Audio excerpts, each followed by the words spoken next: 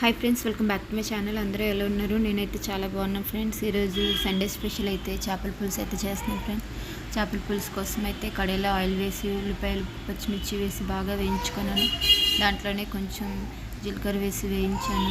ఆ తర్వాత దాంట్లో టమాటా ముక్కలు కోసి వేయించుకున్నాను. అవి మగ్గేలోగా చేపలు అయితే కడిగి పెట్టుకున్నాను. దాంట్లో ఉప్పు, కారం, పసుపు, అల్లం వెల్లుల్లి పేస్ట్, కరివేపాకు, కొంచెం మసాలా వేసి కలిపి పెట్టుకున్నాను ఫ్రెండ్స్.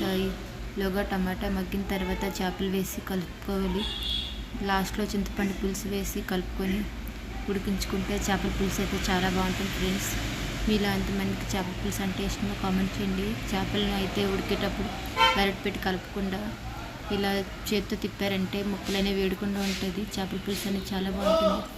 నేనైతే ఈరోజు లంచ్లో చేపల పులుసు అయితే తిన్నాను. మీరేం తిన్నారో కామెంట్ చేయండి. Please subscribe and support my channel. By bye friends.